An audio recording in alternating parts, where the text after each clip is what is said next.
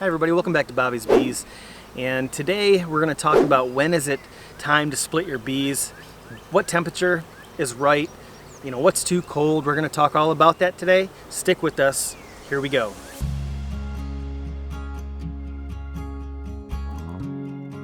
So the sun's behind the clouds right now. It's 84 today in Michigan. It's only the second week in April. I'm going to try to get this whole video done in the next 10 minutes. It doesn't matter who you ask. You're probably going to get a different answer because lots of different circumstances. Folks are splitting bees down in Georgia way before they're splitting bees in Tennessee and way before Michigan. So here in Michigan, we need the temperatures to be at least 40 to 50 degrees, but right now it's 84 degrees. Next week we got snow. It's crazy. So whenever it's like that, we'll just split big.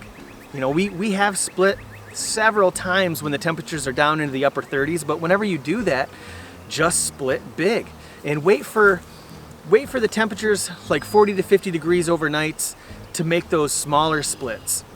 And when it's around 50 to 60 degrees, you really have the green light to make splits however you want, as small as 2 or 3 frames. So we'll really break out the castle here in a week or two, and we'll start making smaller splits. You want to have your NUCS ready for May for all your orders. So today we're just going to go through the bee yard. If we do come across a hive that needs to be split, we'll just split big. We'll do like 10 frame hive splits. So say we have a double stacked or triple stacked deep, we'll just break those in half. We'll make sure that the deeps have some eggs in there.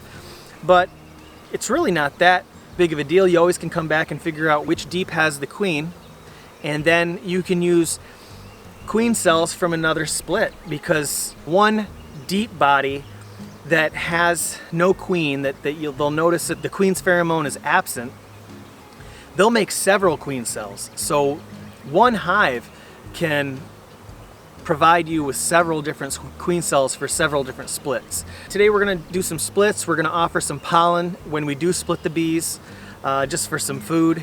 Though they won't take it if there's a lot of pollen, if they don't need it. But we're going to have some freezing temperatures next week. We're going to have some rain in a couple days. I think it's calling for rain for the next 2 days.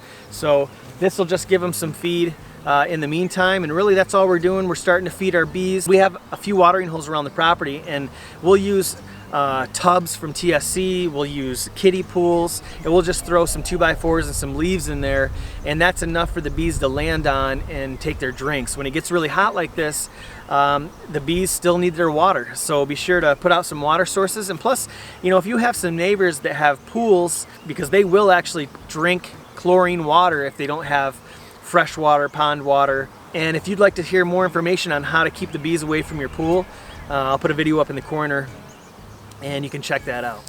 Also, before I forget, when you inspect these boxes and when you're lifting them up, it's a good idea early season to at least take the boxes off, set them on their sides. I usually set them on the short side of the box and scrape the bottom boards.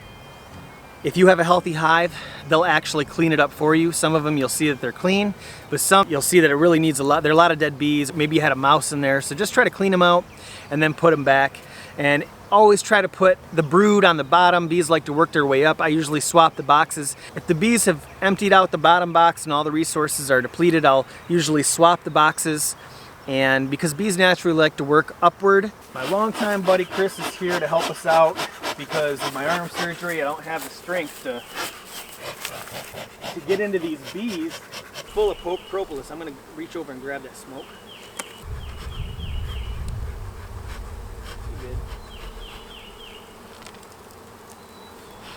Great looking hive, man. 60 pounds.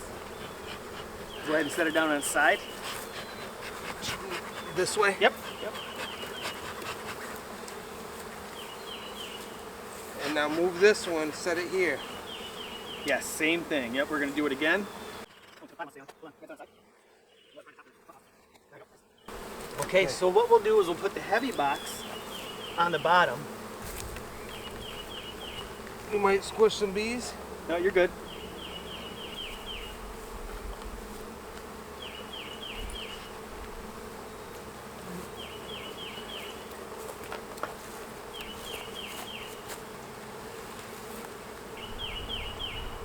Throw this over.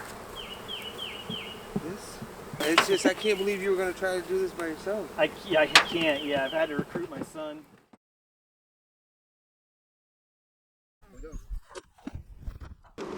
Doing it.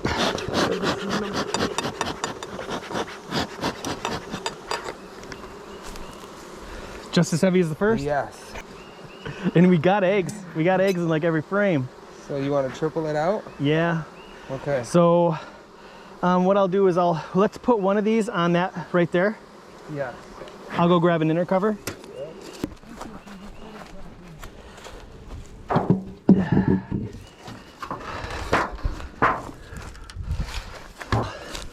Give this one some.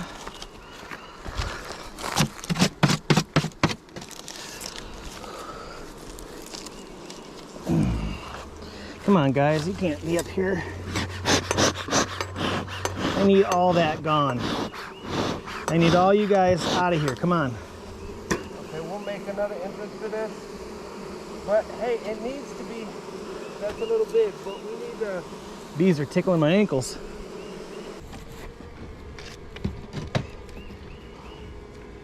Come on, guys, don't get so upset. I'll get out of your way. They're not happy right now. Especially that one over there. They were humming over there. Yeah, they're not happy with me. Okay, so we gotta get. We need a whole nother one. All right, I got the bottom board over there. Okay, I got you. We can throw that. Oh, this is the heavy one. Don't hurt your back, man. No, we got it. Oh yeah, but this one's nice and heavy. And I'll go to the back.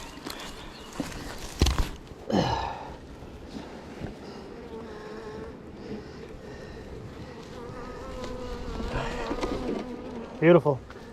Awesome. We got a lid.